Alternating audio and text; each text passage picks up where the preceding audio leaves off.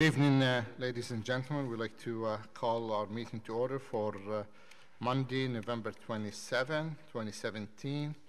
We'd like to begin this meeting with the election of a vice chair. The Police Service Act, Part 3, Section 28, permits the election of the vice chair at the board's first meeting each year. But this year, since end of member Jim Durrell's term on October 24th, so therefore, I request that we have a nomination to put forward for the position of a vice chair of the board. So I'll call for a nomination. So Madame Valiquette, oui. Thank you, Mr. Chair. I would like to nominate member Sandy Smallwood, and I'd like to tell you why. No need to. Pardon? Go ahead, please. I think it's important that the congregation here this evening hear about this. Member Sandy Smallwood joined the Ottawa Police Services Board in early 2013 and then joined in the same year the Canadian Association of Police Governance. He is vice chair of that board. He has served on several subcommittees, including Human Resources, Policy and Governance, and Finance and Audit, and so is well equipped and knowledgeable of the challenges before us as board members. His reason for putting his name forward, and I quote, "I have always had a long-time interest in matters that make communities more livable, and public safety is one of the critical components in community well-being."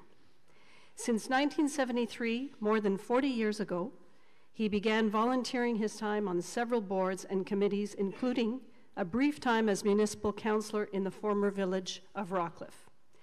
Member Smallwood is clear and focused as he states that his priorities for 2018 and beyond are to build trust with those that we serve, especially youth and those in minority groups. He says, "With the advent of the new Police Services Act, I think there will be many opportunities to make the service more efficient, more representative of the communities they serve, and allow the board to play a greater role in establishing priorities and to embark on a new era of public communications." I've had the pleasure of working alongside member Sandy Smallwood now for more than 2 years. He is a mentor for me, and I am sure would be an even greater asset to our board as vice chair. Thank you. Thank you, but okay, no comment. So we need a second for your motion. I'd like to second that.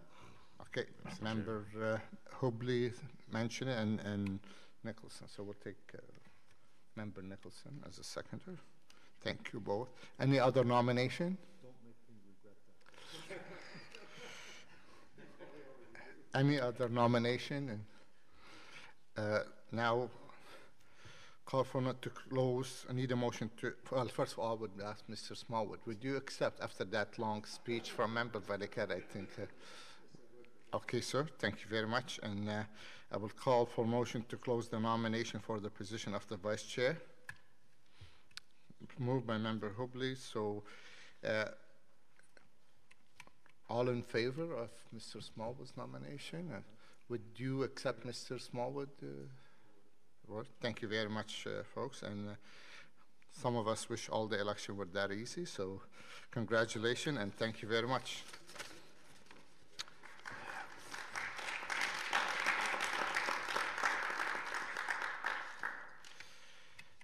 We'll carry on with our agenda, confirmation of the agenda. Is any new business item to add to our agenda of the 27th? See none. Can we confirm the agenda? Confirm. Thank you very much. We have two sets of minutes for October 23rd and November 8, 2017, that the Ottawa Police Service Board confirmed the minute of the 23rd of October and 8 November 2017. On a minute? Confirmed. Thank you very much. So we had committee meetings. Actually, we had two committee meetings, but the HR committee was only on Friday, so it didn't include in this board meeting. It will be included in the next board meeting. But the Finance and Audit Committee meeting have met on November the 20th. So the Finance Audit Committee met on November 20th to hear public delegation the budget. I want to thank councillors who attend the meeting: Brockington, Glutze, Deans, Eglai, Nussbaum, Kadri, and Wilkinson, as well as Ms. Peggy Deschamps from the Rideau BIA. With that, basically, it was a budget discussion.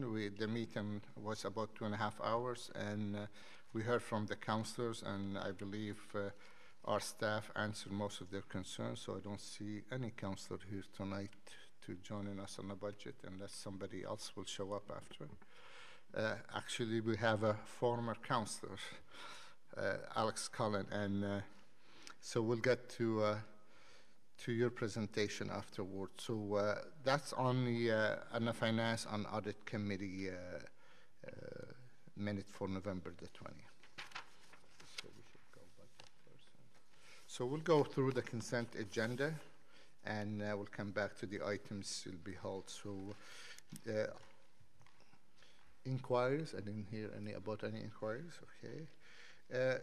Item number 1, the chief's verbal report, so we'll hold item number 1. Item number 2 is 2018 draft operating and capital budget. We have a public delegation and approval tonight, and we do have just one person sign up. And what's the name?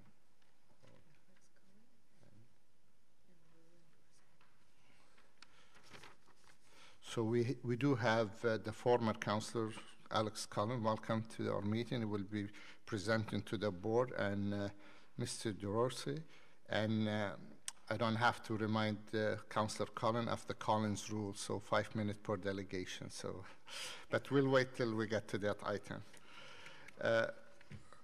Item number 3 is the Ottawa Police Service Board meeting schedule is prepared by the Executive Director, that the Ottawa Police Service Board approve the 2018 meeting schedule on the item. Okay, thank you. Item number 4, Financial Status Report, third quarter 2017. Chief's report, that the Ottawa Police Service Board received this report for information. Item number 2, approve the creation of the Chief's Initiative Capital Project of $940,000 throughout the transfer of the amounts from an existing capital project as details in the report. So, if I may, Chief, I don't want to hold this item, but this amount is, the funding is transferred from the existing capital project to this project, and we need to do it on the board as a policy required. Is that correct? There's no new money, there's no Director correct, General? Mr. Chair. Okay, on the item number 4, can we receive and approve? Yep. Receive and approve. Thank you very much. Item number 5, Workforce Management Report, third quarter 2017. That the Ottawa Police Service Board approve the appointment of sworn officer identified in document 2, and item number 2, receive this report for information. On the item, approve and receive. Thank you. Item number 6, we do have a presentation prepared by staff, so we'll hold item number 6. And item number 7 is Human Right and Racial Profiling Policy Annual Report, that the Ottawa Police Service Board received this report for information. On the item? Received. Thank you. Item number 8, outstanding board inquiries in motion, November 2017, that the Ottawa Police Service Board received this report for information. Thank you. Item number 9 is a letters of commendation, Chief's report, that the Ottawa Police Service Board received this report for information. Thank you.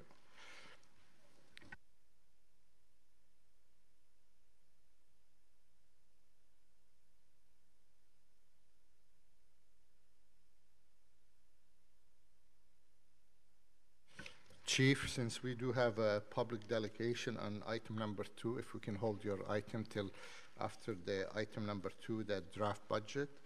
And we don't have a presentation, since we did have 2 presentations in the past, once here and once at the Finance and Audit Committee. So I will go directly to the public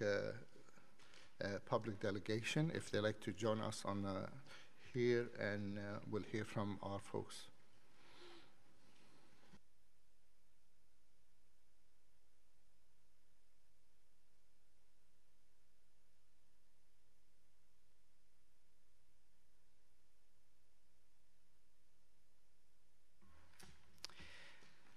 Thank you, Mr. Chairman, and thank you, members of Ottawa Police Services Board. My name is Alex Cullen. I'm president of Belltown Neighbours Association and a member of the Federation of Citizens Association.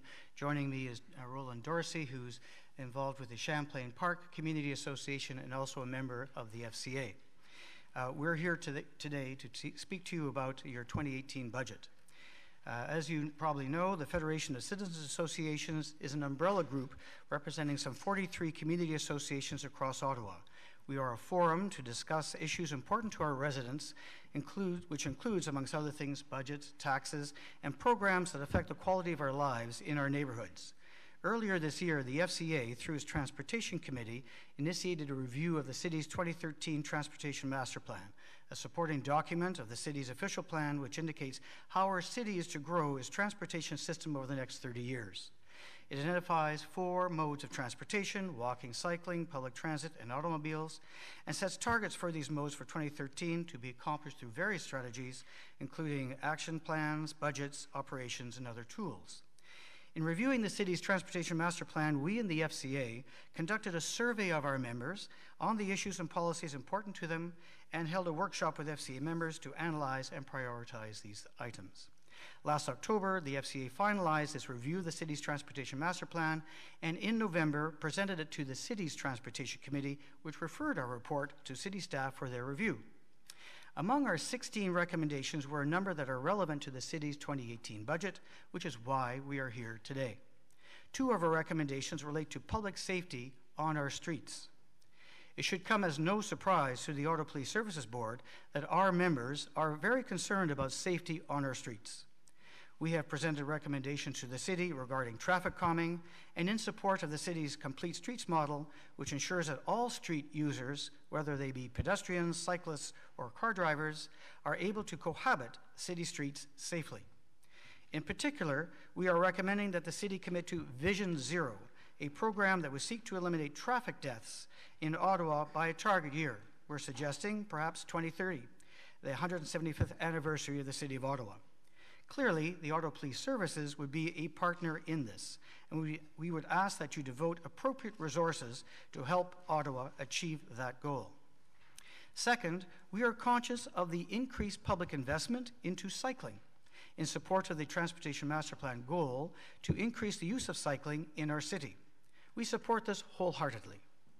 We have asked, however, that the city invest in an intensive public education program for both car drivers and cyclists on how to share safely our roads.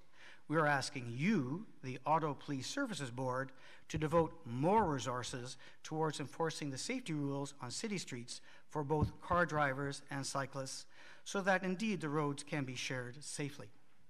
These are the 2 budget recommendations that the FCA is asking of you today. We would urge you to consider them and incorporate them into your budget, and we would be pleased to answer any questions you may have. And Mr. Chairman, I believe I have a surplus here. Just want you to know that. Yes, you do. Thank you. I'm just, honestly, I don't know what to say now. Any question from our colleague to member? I believe the chief like to say something there. Thank you, Mr. Chair, and thank you very much for the work that you're doing, Mr. Cullen, and appreciate the communities. So just to reaffirm that the police service continues to be very focused on traffic safety in our communities. It is one of our top 3 operational priorities. You'll be pleased to know that we have a strong partnership with Safer Roads Ottawa. We've actually strengthened that partnership, and that Safer Roads Ottawa is embedded now with our traffic unit. So we're working very closely at we created a fatal collision review committee. We are a partner with the Vision Zero plan, and we are very much supporting new technology that's coming in to help our officers enforce rules of the road. So we are very aware that the city continues to increase bicycle lanes and to reduce fatalities and making it safe for everybody. And we've actually tested out the 1 meter device that helps keep distance between motorists and cyclists. We also support the use of photo radar and the advocacy of the province. Red light cameras at intersections. We're pleased that the city has increased the number of cameras at those locations. And again, with the education, the enforcement, and the engineering approach that we take with the city, we are working very closely with them to ensure that we all have aspects, our hand in all those three areas. We continue to look at opportunities to increase the capacity for all our officers to do more traffic enforcement. We're completing through 2018 the hiring of 75 new officers, so 25 in 2018 as well, which will all go to the front line, which again will help create more capacity and our ability to do more enforcement out there, because we recognize that is one of our key roles as far as keeping Ottawa safe. So thank you very much for your presentation and for your comments. Appreciate that. I think, Mr. Chairman, you know, all of you know, there's a sea change going on in our city with respect to cycling. It's very much a change in our culture. I mean, 85% of our households have cars, and we'll continue to use cars. We just want to make sure that the services that protect citizens on our roads keeps up with that sea change. And in our view, certainly from our membership point of view, the thinking is that we need more enforcement of the traffic rules for all users of the road, cyclists and car drivers. So appreciate what the Chief has said. More, please. Okay, thank you very much, Mr. Collin. Okay, and we do have Ms. Deschamps from the Rideau or Downtown Rideau BIA to speak on the budget.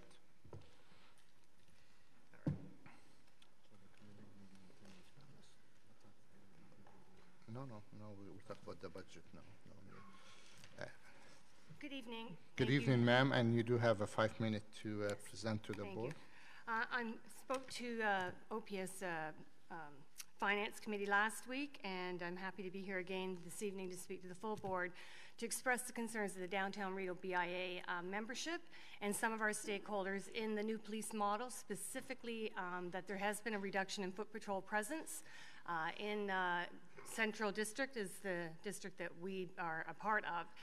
And as we have found out in the last week since we dialogued on this with OPS Board and Superintendent's Police, that there is indeed still some foot patrol presence in Central District. However, from what we understand and learned, there's only 4 officers, which is a significant decrease. So in the new model, so our request remains that we would like OPS to reconsider a return of dedicated foot patrol presence specifically to Downtown Rideau, which I'm here to represent, but certainly it seems that there is an inadequate amount of foot patrol for the Central District, and that is reiterated by our membership, who all express that there has been a significant increase of concern in the last year with this new model. Hotels are reporting that their guests are leaving increased negative comments on TripAdvisor, that residents are expressing more and more concern with walking around the district. Assaults are up, thefts are up, break-and-enters are up. It is a mood of the community that they would feel much more comfortable for themselves, their employees, and their customer base if they could see more police presence and have some active, proactive enforcement that could engage with the trespassing, the Safe Streets Act, be a part of the community that they can engage with and speak to. The presence, the visibility of it is so, so important. So I'm here today to express that. Once again, I have submitted letters. We have statistics from our own Street Ambassadors program that indicates certainly that there's been a major shift this year as well. We have seen numbers that we haven't seen since 2009.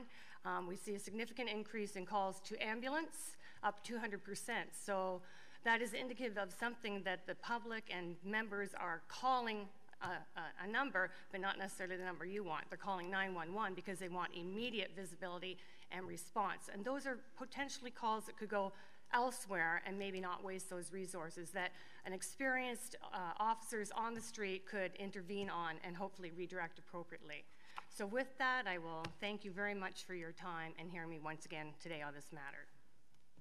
Thank you very much, Mr. Shaw. Any question to the delegate? Okay. No? Thank you. Well, before you go, I just want to say thank you for attending the Finance and Audit Committee and coming tonight. And I would, as I responded to you today, I would encourage you to keep the dialogue open with both Superintendent McKenna and Ford, since they attend your meeting last Friday, and I will encourage you to keep that dialogue open and working together. Thank you, Ms. Deschamps.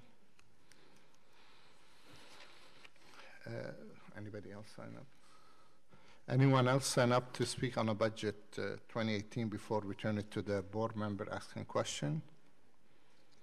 Okay, so now we'll turn it to my colleague. If you have question about the budget or specific question, any of you will have, and so we'll start with Member Hopley. Thank you, Mr. Chair.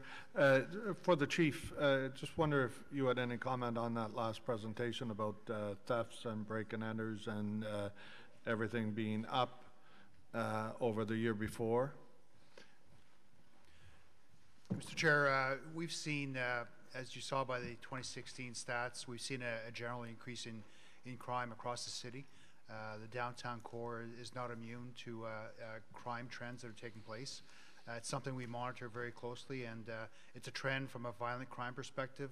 We saw our crime severity index increase over the year before, and we attribute that to a very unusually high number of homicides, 24 in 2016, which took a spike. So we continue to monitor crime trends. We, under our new service delivery model, we continue to reassign resources where we need them.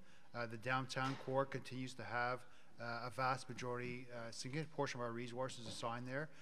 We'll see in the new year, in addition, we will see an increase in the number of resources assigned to the downtown core working the fixed afternoon shift as a result of a reallocation of resources internally. So we understand and appreciate the changing complexities of crime and disorder issues in the downtown core. So the claim, I think, was made that it was part of the new model, the service, the SI model. Have you seen any evidence that would support that or disprove it? Mr. Chair, we did an evaluation, and keeping in mind the model went into place in January this year. We did a 6-month evaluation and made some readjustments. And we have not seen any shift in crime and disorder issues that we can directly attribute to the implementation of how we are doing business now. We've increased our capacity of the officers to be more proactive.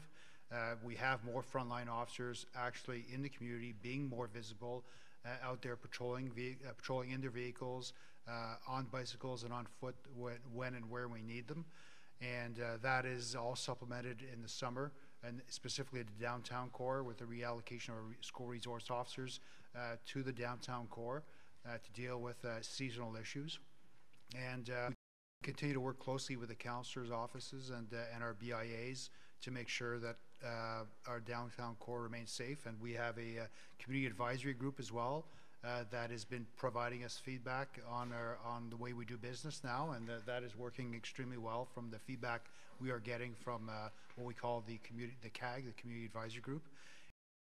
We are doing a year evaluation with the service delivery model and to seeing what other adjustments we can make. But we have seen no evidence at all of a shift in crime trends or social disorder issues that are directly related to how we are doing business. And finally, last question, there was a comment made about, I think it was 200% increase in 911 calls. Have you had a chance since committee to find out if that's all police related, or is that other matters such as heart attacks and things like that generate ambulance calls as well? Mr. Chair, the calls that we are seeing increasing for at 911 are all medically related calls. Some of those calls we get tiered response, when the majority of them are strictly associated to paramedics, and I fail to see how police would prevent those types of calls from occurring if they're medically based. So any change in the model would not reduce those calls? The majority of them, they basically are, as you just said, are medical calls, so not related to the police. That's correct, Mr. Chair. We continue to see challenges with respect to homelessness, addictions, and mental health issues with that vulnerable population, and we continue to work with the shelters and our partners to make sure that they also have that responsibility around supporting those vulnerable and our city partners. Okay. Thank you, Chief. Thank you, Mr. Chair. Thank you very much, Member Hooley. Madame Velikat, to reply. I'm wondering, just listening to this conversation, and I've been following it very closely, and I sit on the committee, the advisory committee. I wonder if there's a way that we could work more closely with downtown Rideau and the police officers that are assigned to that area, just in getting the message out more clearly to the public. She mentioned that some of the hotels are putting up on TripAdvisor that people are afraid, guests are afraid. Just to help change that message, I'm wondering if there's something you can tell us about that. Yes, Mr. Chair. Our community police officer, Constable Sebastien, works very closely with the BIAs on a regular basis, attends regular meetings. Two superintendents attended the AGM just last week to make sure that we have open communications with all the BIAs, and especially the downtown core. And we'll continue that work.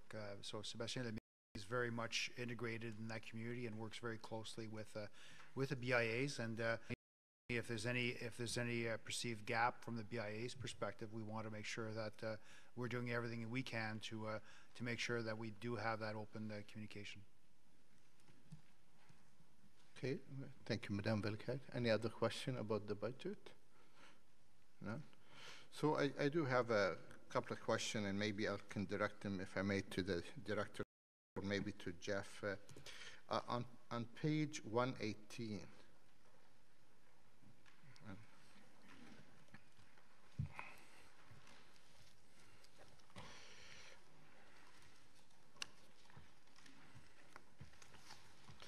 on page 118, it says $12,000 is identified for overtime. Overtime for whom? Because this is, I believe, the item fall under the executive command, and it says the top line is compensation, the second one is overtime. Can you explain to me overtime for whom? Mr. Chair, among the executive command, we are also included the executive assistants to executive command, and they fall within the OPA collective agreement and are eligible for overtime. Okay, because it doesn't say anything about, it says first executive command, and underneath it says overtime, so it looks like the executive command receiving overtime if you read it in isolation. I can confirm that's not the case, but okay. The executive assistants who support us in many hours, they're eligible for that. And I do, honestly, I do appreciate those, but it's good to have like you did in other area, to explain it, what it means for. Also on the frontline admin on page 181 and 182. So on one side, the 181, and I'll let you open to the page because really. So on one side of it, it says on the overtime, and that's for frontline admin A, B, and D. So the fourth line, it says we are overtime 285,000. Can you explain what that means? And it also, it says on call 91,000. So did you see the page? And then it goes down a little bit. It says about the membership. Employee development and travel 93,000 or 94,000, basically 93,900. And if you go to the next page, is a different. It says employee development travel is only 3,000. So why is the difference in number from one page to another, or from one group to the other group? I can answer that. Thank you, Mr. Chair. Those increases there relate mainly to the emergency services unit, which rolls up under that section.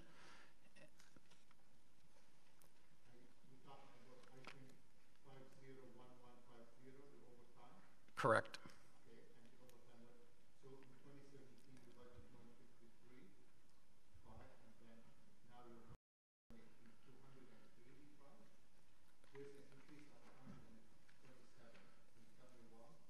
It's for the emergency services unit. So as overall, as part of our budget, we increased the overtime across the entire service by $2 million. The emergency services unit received 127,000 of that.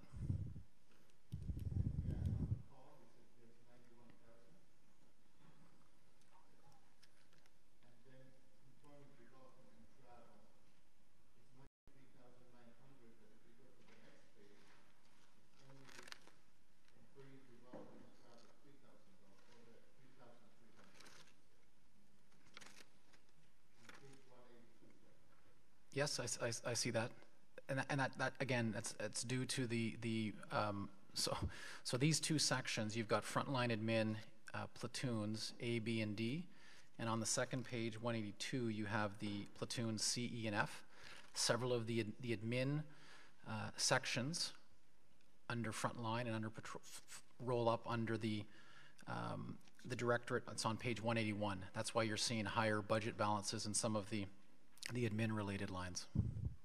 Mr. Chair, if I can clarify as well, add to that. So our emergency services unit, which is the unit we use to do crowd management, to do missing person call-outs, to do evidence search, they, under our structure, under the new model, fall under the admin inspector of my glasses on there, ABD. Okay, that's why this all their budget falls under frontline admin ABD. Under the other section, the other inspector, frontline CF, there's no, the emergency services unit is ended under that. So it's just because the unit itself, the budget aligns with that section. So I understand what you're saying, but when you talk about employment development and travel, and you add 93,900, how many people would be development of that section? So the emergency service unit has approximately 80 members, and it includes all the training that they do, that they required from a standard perspective, from an adequacy perspective, to maintain their qualifications. So there's substantial training that they get to do each year. Part of that is around crowd management issues. Part of that is search. So they all have standards that they have to maintain. So there's a substantive amount of training that we do for all our emergency services unit folks. So that's why the difference again in the. How would I spell that? Frontline admin A, B, and D, and then it's like CEF, and It's the units reporting to that area. Okay, and another.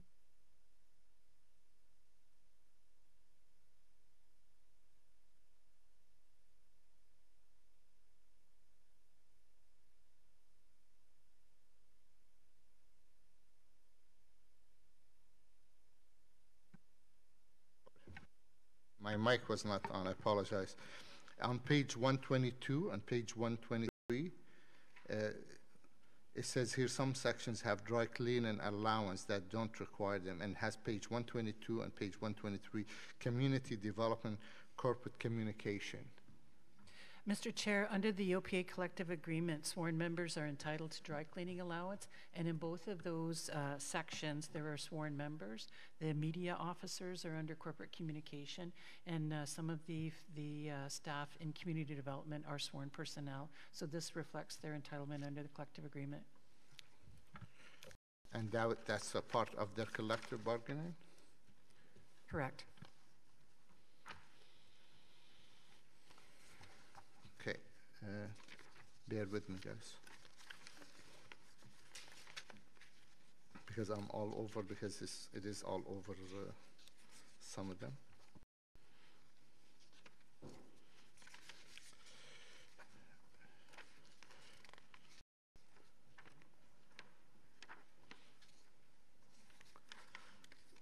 So, to our staff, I am very pleased to hear we are seeing our budget met the target for 2018. And looking at the forecast for 2019 and beyond, we have more work ahead. Because in your presentation, which has been requested by the board in the past to do the forecast, and I see in 2019 we're asking 4.1, 4.0, and 3.5, and that's is not included the 1.3% increase in what do we call it now? Growth assessment. So that's over and above. Am I correct on this? Mr. Chair, the assessment-based growth has been incorporated into that number. So the 4.1, So that include the 1.3. So you assume 1.3 is going to be the next 3-4 years, basically. Okay. Well, I kind of appreciate that, and I'm glad you clarified here. But in preparation for the next year budget, I would like to see staff do more detailed review of the section budget. So basically, we should see the overtime going down with the new hiring, because you're hiring this year 25, and you're hiring, or you're recommending hiring 30 and 30 and 30 in those 3 years ahead of us.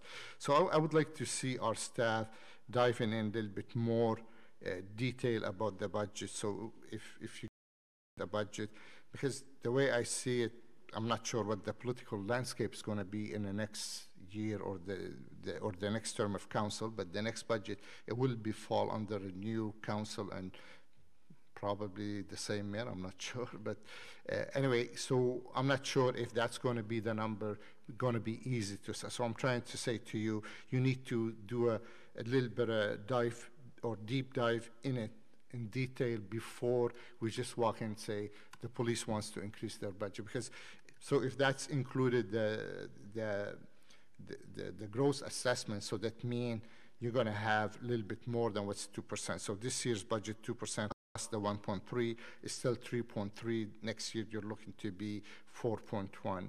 And I'm fine with this is our incremental requirement, but at the same time, if we do the deep dive first and have a layout, so it will be easy, because next term the budget is going to be late. So the budget's going to be presented in March, I believe, or February, March anyway.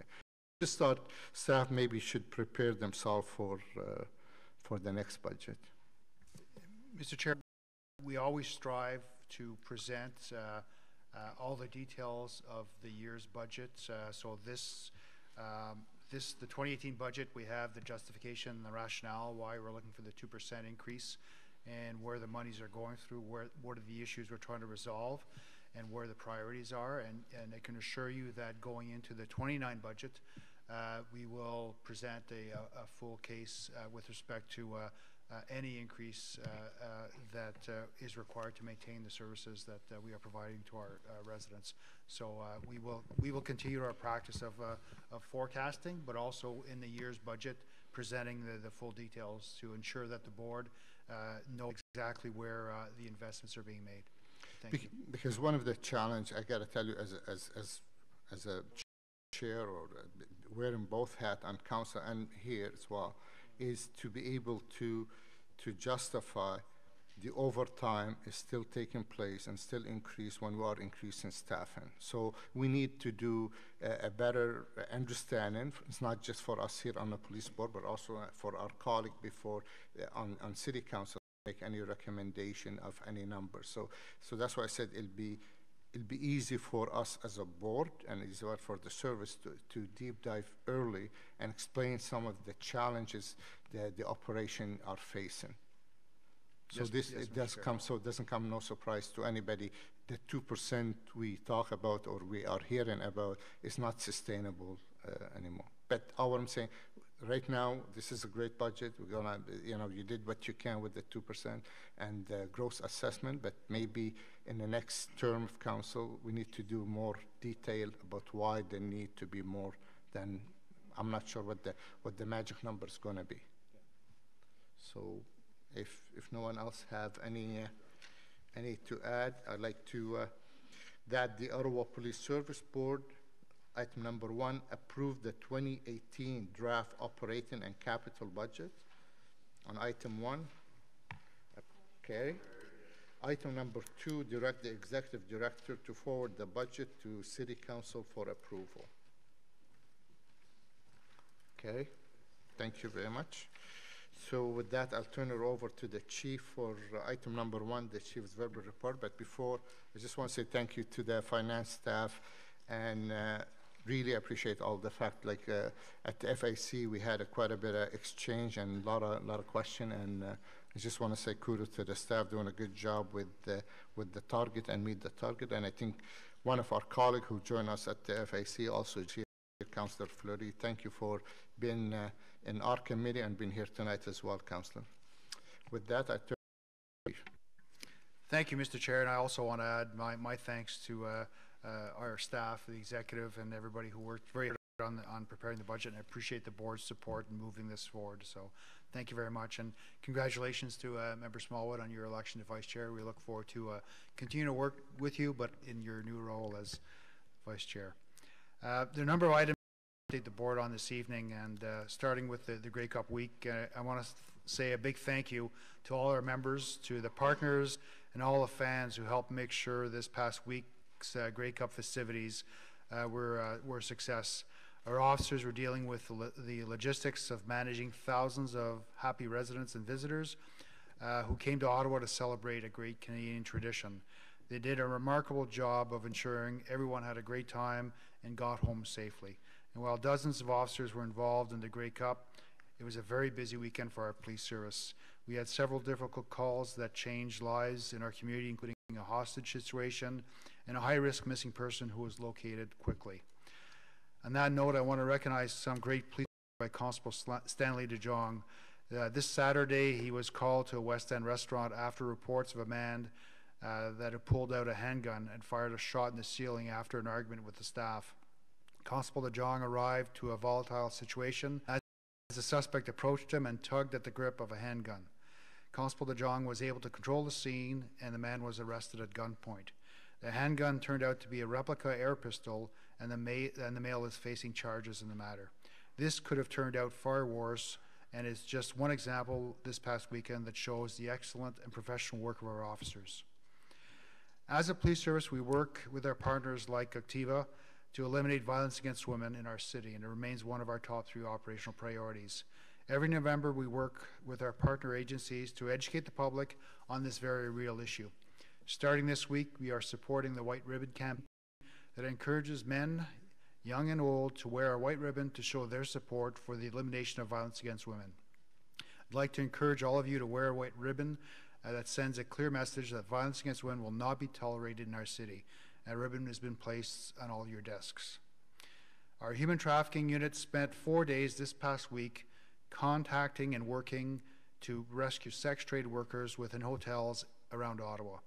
This initiative was run deliberately during the week of Grey Cup festivities. We know that demand for prostitution increases during large-scale events. Officers attended 11 local hotels and made contact with 20 women who identified as sex trade workers. 2 were immediately rescued from their abusive situations. We continue to follow up on these files. We've also identified some of the people responsible for victimizing these women. And I want to thank the members of the Human Trafficking Unit for their commitment to this issue. A majority of the sex trade workers are trafficked against their will. Even so, gaining their trust is often a difficult and long process. We hope that the contacts we made this past week will be the first step for them to get out of these terrible situations. Mr. Chair, we also value the partnerships we have with other police services in this area. On Wednesday of last week, our Guns and Gangs unit worked with Gatineau Police on a drug investigation. As a result, a search warrant was executed at home in downtown Ottawa, and a loaded handgun and a large quantity of cocaine was seized. A man and a woman face several charges, including possession of a weapon. As well, our drug and street crime units executed 2 separate warrants last week in the west end of the city, resulting in the seizure of several drugs and weapons, including an assault rifle, a pistol grip shotgun, a revolver, and ammunition. A total of 8 people were arrested and charged in these 2 separate investigations. Earlier this month, our service received a report about a convenience store robbery in the South Keys area. One of our officers received information about the direction of travel for the suspect vehicle. The vehicle was located on the airport parkway, and the officer began to follow. She contacted our communication center, and they coordinated with our officers from Central Division to set up a vehicle stop. The suspects were arrested without incident, and they seized several knives and an imitation handgun. All 3 suspects were charged in relation to that robbery, and 1 suspect was charged in relation to a convenience store robbery that occurred earlier in the same day in Canada. I want to thank all the members involved in this incident. The coordination between Frontline, our Center, and our robbery unit and our OPSOC ensured that these 3 suspects were quickly located and charged.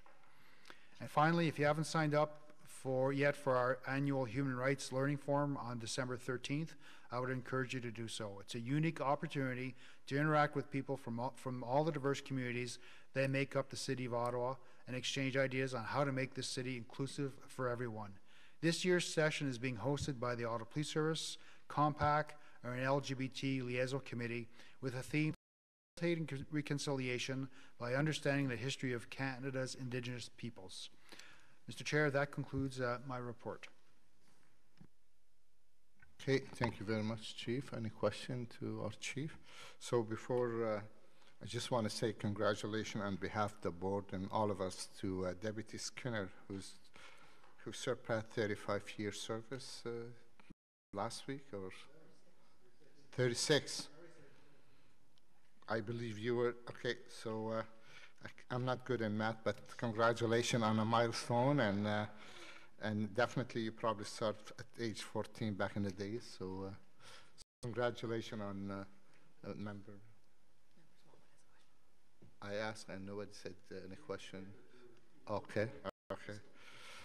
Next time I'll have you sit to my left so I can see you. Member Smallwood. Thank you very much, and I too want to add my congratulations to Deputy Skinner. It's a lot of dedication to the community. I just had a question last week.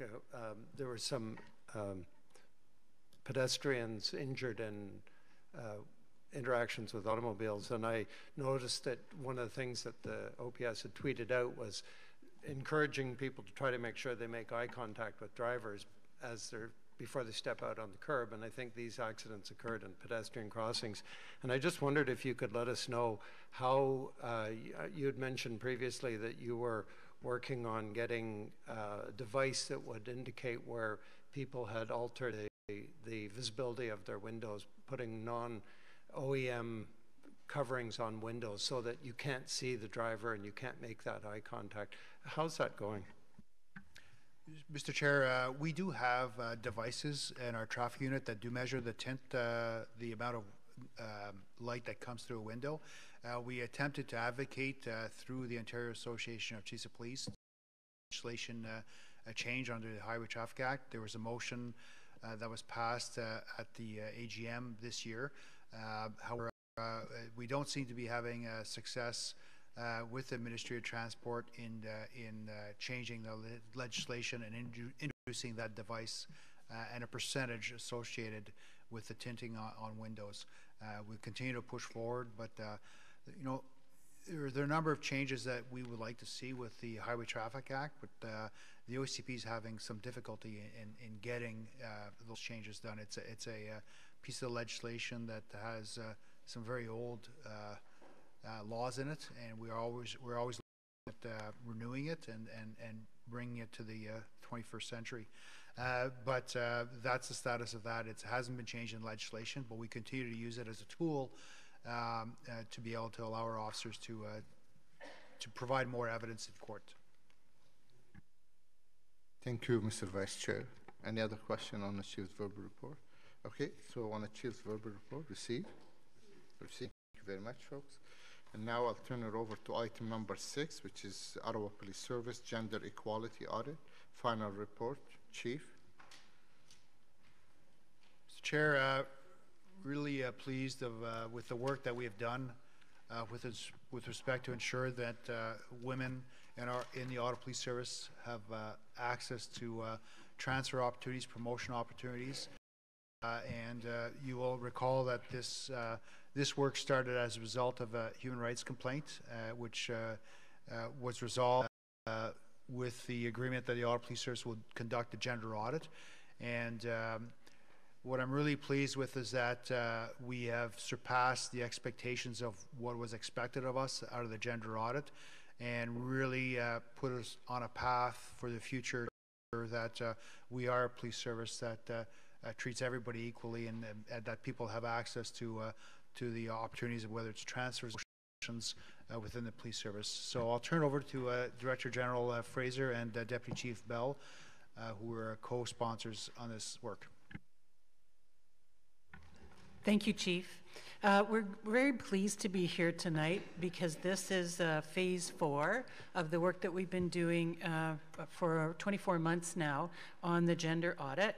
Everyone has a copy of the very comprehensive report that we took to the Human Rights Commission at the beginning of November. We had a very good discussion with them about what we've learned doing this work, and found they were supportive of the approach that we've taken, which is, pardon me, to go beyond the minutes of settlement and do some complementary work so that we are tailoring the work that was prescribed in the minutes of settlement to the situation that we have at OPS. We also found that we're breaking some ground throughout Canada because this isn't a topic that has been very in the police environment, and police leaders across Canada are looking for ways forward. So we're hoping that we've paved a path for others. It's also very timely work. You don't have to listen to the radio, or rather when you listen to the radio every day, there is another incident of sexual harassment or discrimination that's coming forward in the press. So we seem to have hit a time in our country and in the world when this issue is foremost. So it's great that the police service has been able to be prepared for this. As you can see, we've used this chart to try and outline the work that we did. On the minutes of settlement side, there were 4 phases to our work.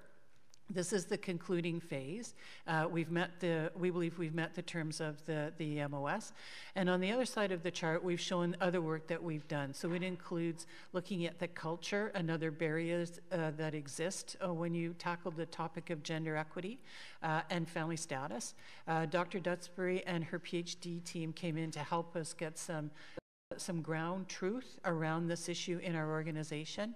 We've held focus groups with many of our members to see how the changes are going, and you'll see some comments throughout our presentation that reflect kind of where OPS is at the moment. And we know that we have to undertake a lot of education and awareness around this issue.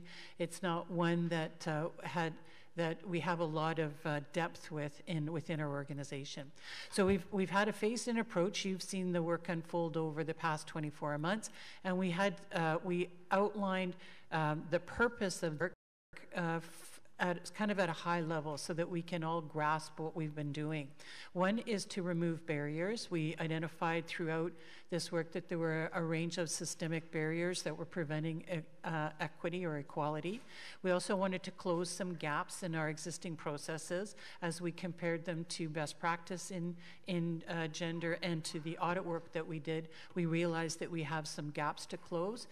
We also have to build confidence in our processes with our members, changing how we do, how we handle very key processes, such as transfer and promotion. We need people to feel that we've done this and have confidence that they will be treated fairly in the new environment. As I said, shifting culture is a big part of what we're doing, and that won't happen in the short term, but we'll support it as we go through. We know that probably the most important reason for doing this work is that by ensuring equal opportunity, we will improve organizational performance. You can read a study right now that the Kinsey company did, which is the top consulting firm in the US.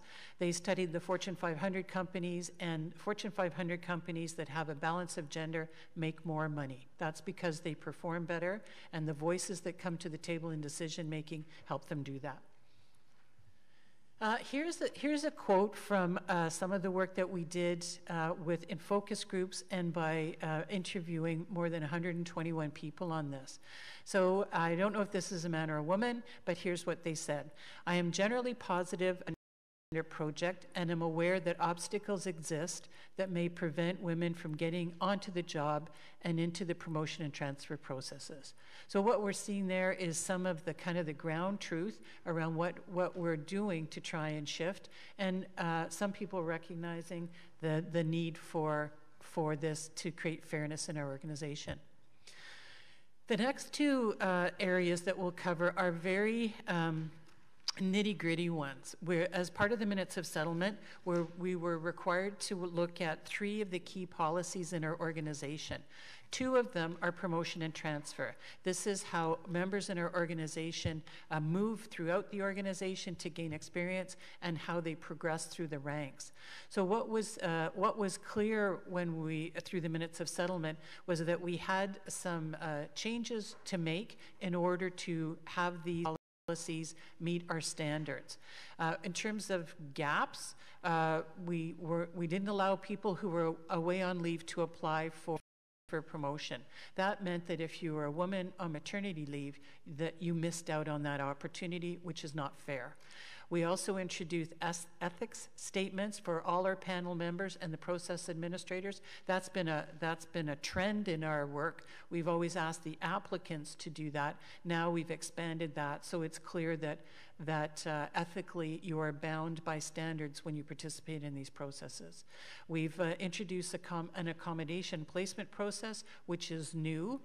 It involves priority placement as well, and that's a new and important change for us.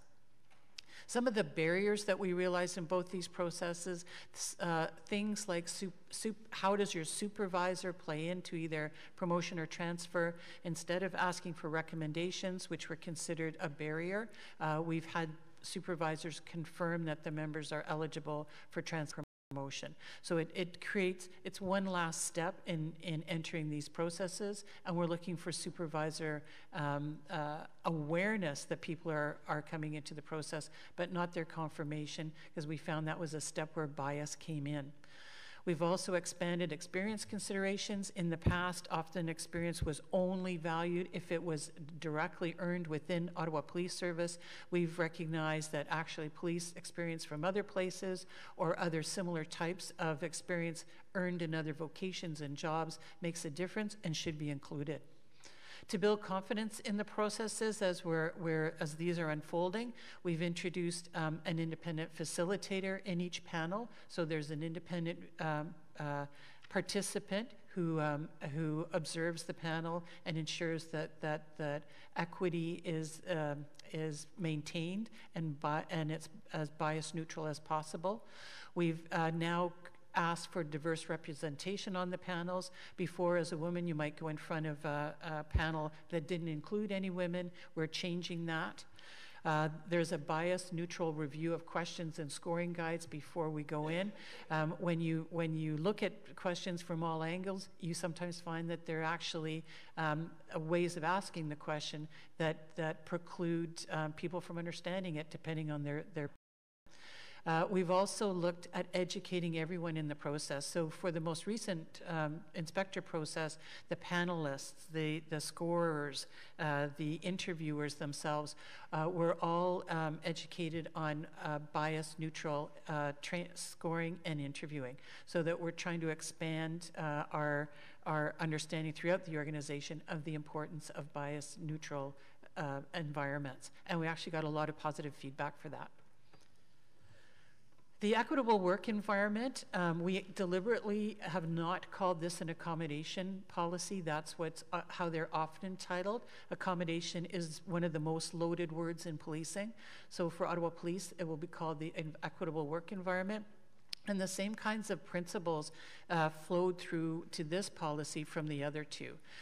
We make a statement in there about committing to supporting gender-specific issues, such as transitioning employees, because we know there's more than one gender, and that we strive for gender demographic representation on all our decision-making bodies. That's our goal, is to ensure that we make these bodies open to all genders. We also try through this policy to recognize that families are different now than they were 30 years ago, and that we also take into account the statistic that we learned from our population review, which is that of our sworn women, 42% are married to someone on the job. So the things that we do from a policy perspective or from a process perspective really resonate or really impact some of our members. We introduced some formalized process for family status leave, medical accommodation leave, maternity, parental, and pregnancy leave, things that we needed to align and ensure we're consistent. We offer people voluntary self-identification about gender if they choose to, so that we can help strive for placement that helps to balance teams. It's not for selection. It's for placement but not selection. You need to enter processes and pass them on your own merit, but once you've passed, we're going to try and achieve balance within teams. Part of what we'll be doing in the future then is looking at more closely at gender demographics, so that as we look across the organization, we can start to balance the men and the women in each area. So these are very, as I said, very specific and nitty-gritty things that we've done. But they're from the gender equity scores that Steve will talk about. You'll see that policy and how we approach these is a very critical part of our scoring. And these put in place the building blocks on which other aspects of the gender audit can be placed. Last thing, sorry. So this, another comment from our organization. The goal of 23% representation across the organization is realistic. There must be culture change at OPS, and this will not come easy. So I think our members realize that we need to take a path forward, and it'll be one that is progressive, but won't be simple. Thanks, Deborah. So as you know, this is our third time here to present on our equality framework. So in front of you is our scores for phase 4. What we're proud to say is that our scores have improved across all the phases, starting at 37% and ultimately now being at 63%. 63% is not good enough. We recognize that. We're striving for 80%, which would put us in the range where a good organization or a world-class organization would be. 63 is a pass, but it is the start of the right progression for us as an organization. The other thing that we've gotten out of this is this equality framework's given us a really good tool to measure ourselves against. And it will be a tool that we'll be able to use into the future so that we actually have a really good mechanism to show how we're progressing or regressing, as the case would be. It will be progression. As we go through different stages as an organization and as we collect different sets of census data. One area that you'll notice in phase 4 that's decreased, and the only area that's decreased, is around our work culture. There are explainable reasons for that, in that it was a smaller sample set of policies that were viewed in that area, in that there wasn't an amount of data that was written specifically or things that were evaluated specifically for that area. All that to say, that's the area where we know we have to place our biggest focus and our biggest emphasis moving ahead, and that anything sustainable that we create through the gender program will need to be embedded in our work culture moving ahead. For that reason, we've developed, and in the final phase 4 of our minutes of settlement, we needed to come up with a training program. So early on, we identified that a training program probably wasn't going to be enough, that we needed to actually have education and awareness around gender issues and gender discrimination and biases in organizations. So in that, we've developed a broad education program that will be embedded in all sorts of different types and styles and areas of training. As we went out to the membership, and as Dr. Duxbury went out to the membership, there's a pretty clear message back from our frontline members saying it's really important that if this is actually important to our organization and important to what we do, we need to hear that from our bosses. We need to hear it from our direct supervisors. So in that, we've created a cascading approach where we'll spend time educating and having discussions with various levels of the organization so that the superintendents, deputies can have discussions with the inspectors and their civilian counterparts, and that we can start to cascade that message down. So a frontline member will be able to hear from their sergeants or from their direct supervisors about the importance of why we as an organization are entering into the gender program. The other thing that we're doing in this area is we're making sure to take the opportunity to embed and train as many people as we can in areas that would specifically cause discrimination. So those areas are mainly around our HR processes.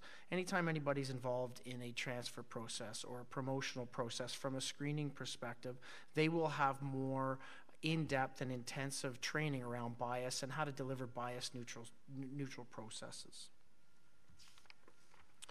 Another member insight that you're seeing here identifies that there's progress made, that we've started to move ahead in the right direction. What you'll hear later is, although we're moving ahead in the right direction, we need to make sure it's sustainable and that we continue to do it, that this can't finish when the minutes of settlement are completed. So early on, or last time we came to you, we talked about the need to have a model of so that we could continue to deliver a good gender-based programming. At that time, we said we were going to look and model ourselves around the GBA Plus model and see how we could refine or develop it internally to be our own Ottawa Police. As we went through the work, we saw that the GBA Plus model was actually a really comprehensive model and was really one that was very applicable to the work we were doing. So we've now adopted that as our framework for gender-based discussions moving ahead. In that model, there's some key components that they identify, and one of them is that you have to have incremental change within your organization, and the best way to get that is to pilot programs. So Deborah spoke about some of the programs that we've piloted over the last year, and those would include the self-identification in the developmental rotation selections, the diverse panels on the staff sergeant, both staff sergeant and inspector processes, priority placements in our accommodation process, as well as the development of a better and a more understood framework around our family status accommodations, as well as a discrimination review. So much of the work that we've done so far has been based around how do we move ahead in a better way, in a more gender balanced or gender conscious way. There's still that. To do that, we've identified problems. So that means we actually, at some point, have to give the ability to have a look in the back. There's people here who obviously, if we have systems that have been biased or cause discrimination, have challenges with how they've been treated within our organization. So what we've done is we've created the ability for people to come forward and identify their issues, where a third party will catalog, gather all the information around that, and then we'll sit down and take a look at how can we reconcile this? How can we look at what the scope of scale is, or what are some of the things that we can do to remedy that situation if discrimination has in fact existed. As I spoke about before, one of the things that's been really clear to us, and the challenge that's been put out to us, is we've started good work. We've opened people's eyes to what we should be as an organization and identified some areas where we had shortcomings. Now, what are we going to do to keep it going? What are we going to do to make sure it's sustainable and not just end with the minutes of settlement, which we feel are completed now? So the member feedback we've gotten has been very clear around, you have to keep this going, you have to keep it moving ahead, and it can't be, what you've done is not enough. There has to be more, and it has to be continued. So in that, we've looked now to transition from a gender project to a gender program that's more sustainable. So the 4 phases of the minutes of settlement that were agreed to by the board with the Human Rights Commission, we believe are now completed. We've attended the human rights and the information. But we've identified early on that those minutes of settlement were going to change our organization to the level that we needed to change it. So in that, we've are now transitioning to a program which will include the implementation of an EDI office, the continued implementation of the education and awareness strategy, the ongoing evaluations of policies and programs. That will include both new policies or programs that are brought in to make sure that gender perspective and considerations are put into all of those, and audits and reviews of our other policies to make sure that they fall in line with where we want to be as an organization. We're currently about halfway through our 2017 census, so based on that information, we'll be able to, pretty soon after we gather all that information, conduct another gender audit, take our equality framework and compare our demographics for 2017 against where we were in 2012. So we're pretty excited about getting that information and conducting that review again. The other thing we've been considerate of in developing the program is that we have to be in line with the other major initiatives that are going on in the organization, including the multi-year action plan and the wellness program. So that's where we are after phase 4 for the gender audit and all the work we've done around it. I think it's really important to acknowledge now the work that we've been able to do with the Human Rights Commission. They've been very helpful with provide us guidance, provided us good insight as we've moved through it. But that never would have existed if we wouldn't have had a complainant come forward. And I think it's important that we acknowledge and thank that person for coming forward and helping us to identify these issues and start to create an environment that's better for us as an organization. So that's the end of our presentation. Any questions?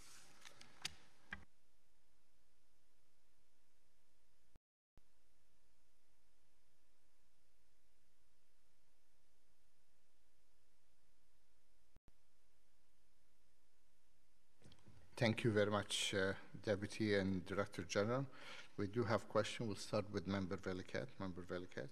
Merci, Monsieur le Président. Very good work. We've been working on this now for a long time, and I've heard many presentations, and every time I hear it, I hear something new and very encouraging. I'm very excited to see you get started on this. I've mentioned it to you before. My number one thing, I have 3 things actually. The establishment of the EDI, which stands for Equity, Diversity, and Inclusion. I'm very anxious to hear about how you're going to get started on that. So I would appreciate when that is going to get started, how you are doing, how it's evolving. I understand it's going to report directly to the Chief's office. Am I correct in that? So the recommendation that we've made and brought forward actually is that it would report to the deputy who's responsible for performance planning and analytics. So into the chief's direct command, but it would report through the deputy. And the reason in the debate that we had around why it would align there is because we wanted to keep it at a strategic level to make sure that as we make decisions that gender perspectives and gender issues are continually identified and flagged at that strategic level so that we don't fall into these areas again. Okay, and I understand that, it makes sense, but I think it's also really important that the Chief's office is involved and that there's a direct link in terms of communication so it doesn't get lost, as it is one of your number 1 priorities. So I think that that's important to maintain that link. Okay, so absolutely, we will continue to have discussions about where it falls. One thing I do know is the fact that whether you get it to the deputy or the chief, what you're doing is you're giving it the line of sight to the executive command and the executive committee on an ongoing and regular basis. The chief's showing great interest in this project. He does hold our feet to the fire to deliver these, so I think even if it does report to the deputy, it's incumbent on the chief, and the chief has expressed the fact that these are important issues and they need to be continually reported back to and discussed at our executive level. Good, thank you. The other point that I was going to raise with you is about education and awareness, the campaign that you're going to be doing internally with all officers, both male and female. It's a very complicated thing. I mean, this is a big undertaking and it's going to take a long time. I realize that. But I think it's really important that every officer, whether male or female, is really made aware of what the process is, especially the female ones, and that afraid to come forward, right? So you're absolutely right. The education awareness program is key to success in this moving ahead and key to success in this being sustainable moving ahead. We had a lot of discussion about how do we deliver that, how do we embed that in the organization, and our decision was that we have to actually make sure that we have good, solid discussions at all levels within our organization so people understand the challenges, people understand what the issues we've had in the past and what we're doing to find them moving ahead. We could develop a online training session of 3 hours.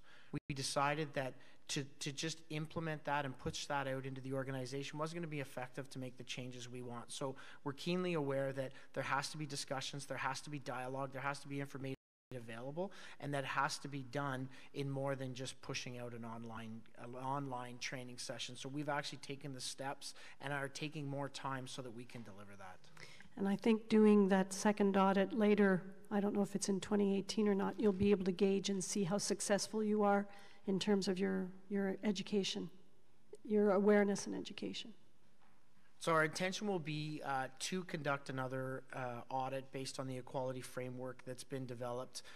That will need to be done once the complete review of our census data, which we're hoping will be in Q1 of 2018. It will be after Q1 2018 that we'll look to engage and start that next audit. Okay. And my last question. I know that you've mentioned this quite a few times, Director General Fraser, that Montreal seems to be the city that has the highest in terms of representation women at 33%. And we've mentioned this a couple of times, so I would like to officially ask this time that you contact Montreal and find out what their secret is. Thank you, Member Valiquette. We will be doing that, and I think part of what we're going to find out is that their shift schedule makes a tremendous difference to the ability of families, especially, to cope with the frontline work.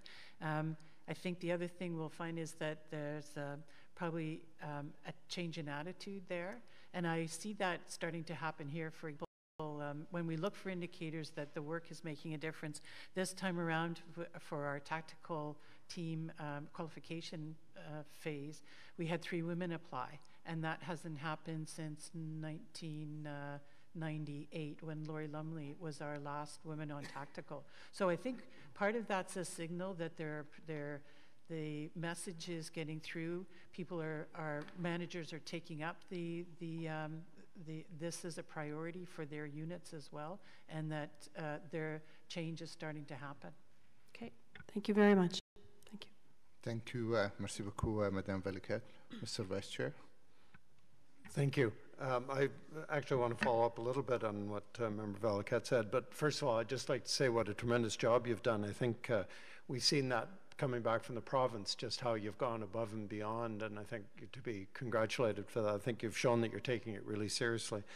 There was, on one of your slides, there were some words there, how do we ensure that the goals will be met? And I think that's one of the things that was of interest to me is just, you mentioned about the audit happening, the 2017 audit happening, and I'm just wondering, have you got specific targets now that show us that you have met, that you have been successful? I realize, I think one thing I've learned is just how important retention is. I mean, to me, it was a case of bringing new people in, but I can see now, having gone through these reports, of how really important it is, how important a role retention plays in it. So I'm just wondering, when can we expect to hear from you specific things that say, hey, this has worked, what we've done has worked? When are we going to hear that, and what are we going to hear? Thank you.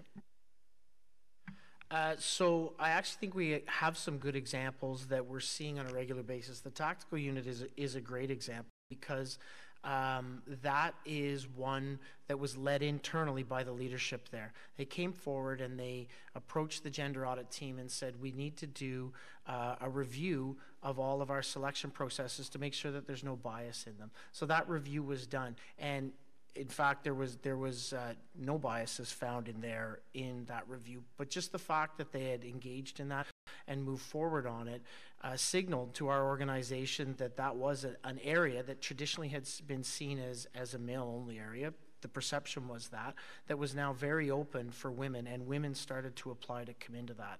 We've seen the same sort of feedback and success in the promotional processes that we've run, where we've actually starting to receive very positive feedback about having more experience accepted, but also having the diverse panels that are presented.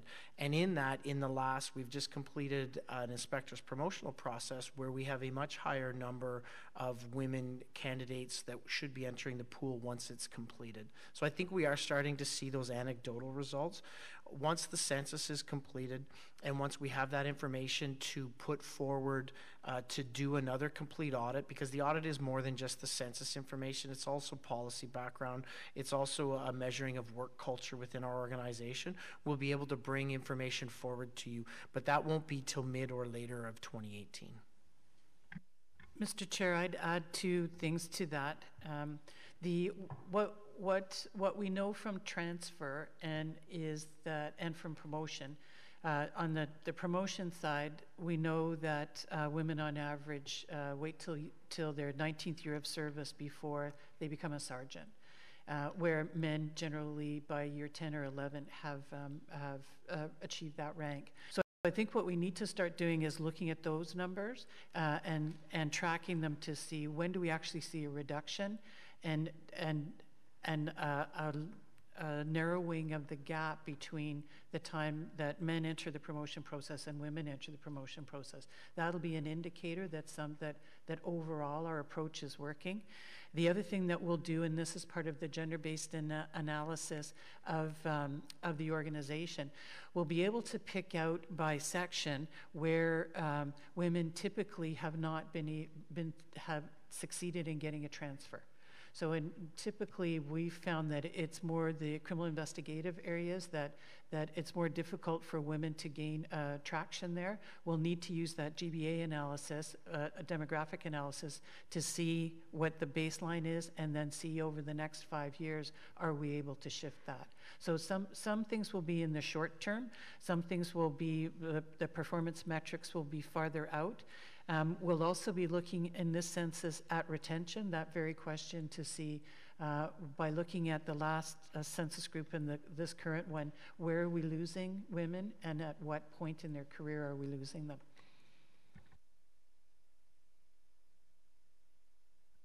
Yes, Mr. Small. I just wanted to say, so then by mid-2018, we should be seeing some positive numbers. From what I'm gathering you're saying, we should actually be seeing positive responses by mid-2018. Would that be fair?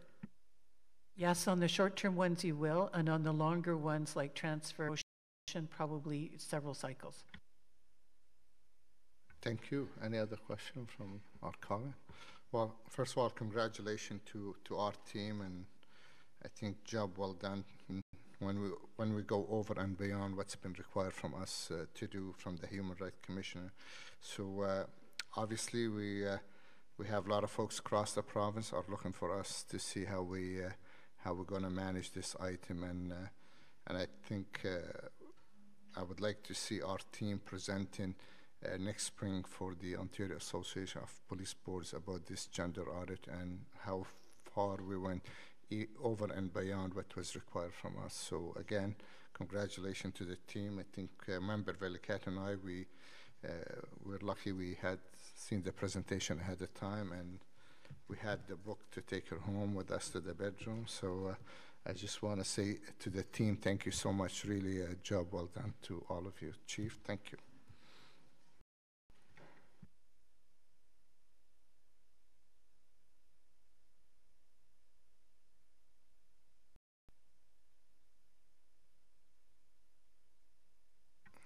Item number 6, that the Ottawa Police Service Board received this report for information. On the item received, thank you very much, and I need a motion to move in camera to... Mr. Chair, before you, I just want to acknowledge as well, Michelle Rathwell and Lisa Bianco are two people that worked on this project extensively. They're here today, so I want to acknowledge them. I also want to acknowledge Inspector Paul Galland. This will be his last board meeting. He's retiring at the end of the year with over 30 years of service. So, Paul, merci beaucoup pour ton service. Thank you very much, Mr. Chair. Thank you, Chief, and thank you to all our staff for... actually, I met the team going to Toronto when we're all scrambled to get into the plane. So, so I need a motion to move in camera. Moved by Madame Vallette, that we adjourn. Thank you very much, folks.